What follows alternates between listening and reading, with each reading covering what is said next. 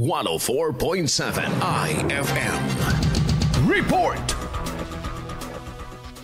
Hindi umano dapat baliwalain ang kalusugan dahil lamang sa kakulangan sa gamot at kagamitan sa mga ospital ayon sa ilang Pangasinense.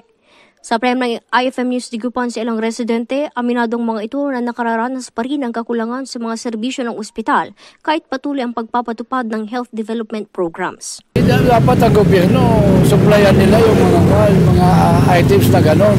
Kasi kailangan ng mga tao yan mga pasyente. Kailangan talaga yun, lalo na yung mga senior.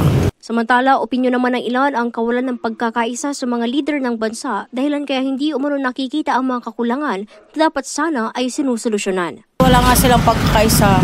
Kasi ma'am, pag nagkaroon sila ng pagkakaisa, kung ano yung kakulangan, syempre mag-ano sila talaga. Talagang meron silang di ba, pag-uusapan nila, tapos yun, yan, kulang yung mga gamot, may mga yun, kailangan talaga sa tao ang unity.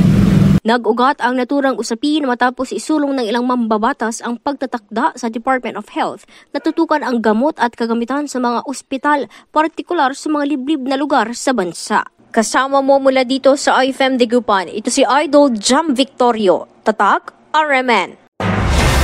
IFM News. IFM News. IFM News.